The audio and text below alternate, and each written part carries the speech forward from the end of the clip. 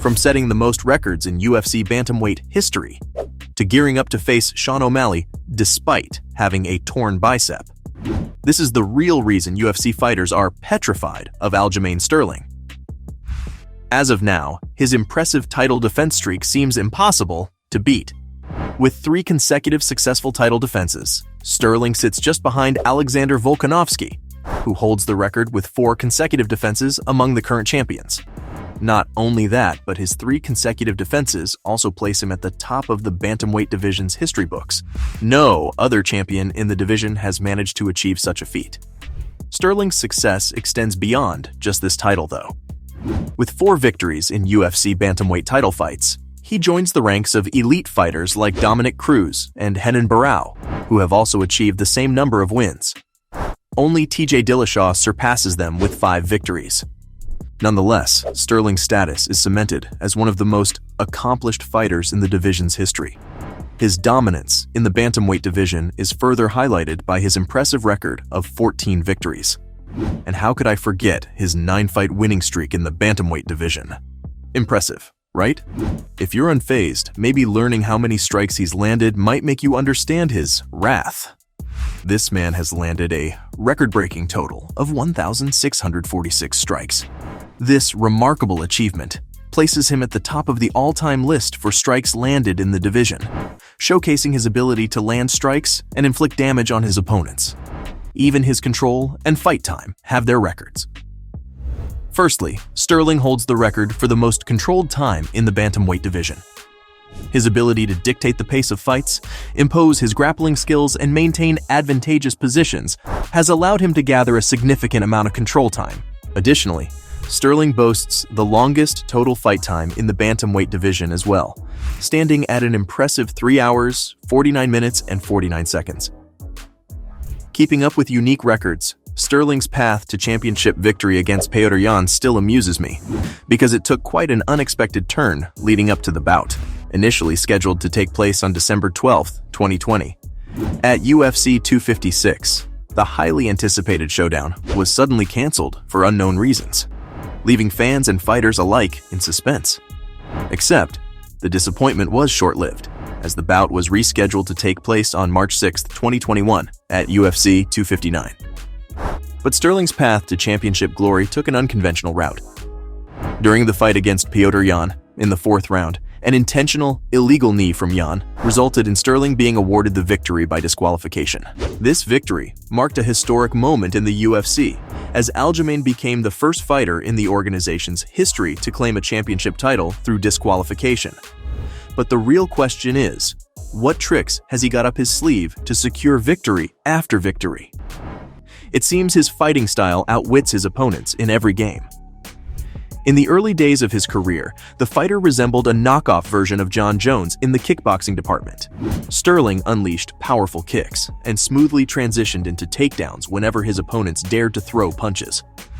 But over time, Sterling has honed his kickboxing skills, creating a frustratingly effective attack that combines high volume with distance control and pocket striking.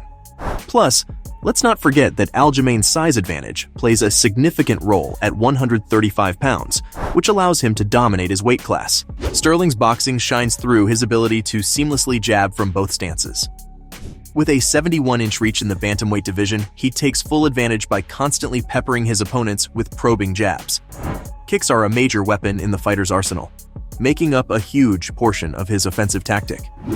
Let's not forget that Sterling's a jiu-jitsu black belt, and one of the best backpackers in the sport, carrying on the legacy left by the retired Damian Maia. And it seems he didn't hold back on displaying these skills before his match against Henry Cejudo. Sterling knows how to pack a punch.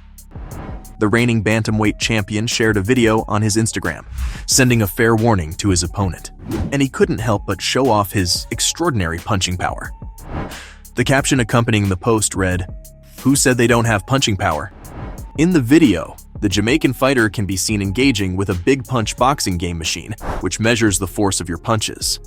The meter shoots up to 973, and Sterling's not-so-subtle message to his rival ruffled him up. Cejudo calls himself Triple C because he has won 2 titles in the UFC as well as his stint at the Olympics. The 2008 Olympics in Beijing were the start of Cejudo's rise to the top of fighting sports. Henry won gold in wrestling at the 55 kilograms weight class, and at age 21, he was the youngest American wrestler to win an Olympic gold medal. Fast forward, he retired at 33 years of age. Now, at 36, he quickly learned that his desire to compete was still going strong, so the fighter came back to MMA because he still had goals to reach. And he planned to win back the bantamweight title, which he last claimed in May 2020. Of course, facing Sterling wasn't the best move in hindsight. The UFC 288 marked the long-awaited return of the promotion to New Jersey after 4 years, and it was a roller coaster of emotions. The main event featured bantamweight champ Aljamain facing off against former title holder Henry, and let me tell you, it was a nail-biter. Sterling managed to scrape by with a narrow split decision victory, but here's the shocker. He did it while nursing a bicep injury. With this win to his name, he continued to bear his UFC bantamweight crown. As if the drama in the octagon wasn't enough, Aljamain wasted no time stirring the pot after his win.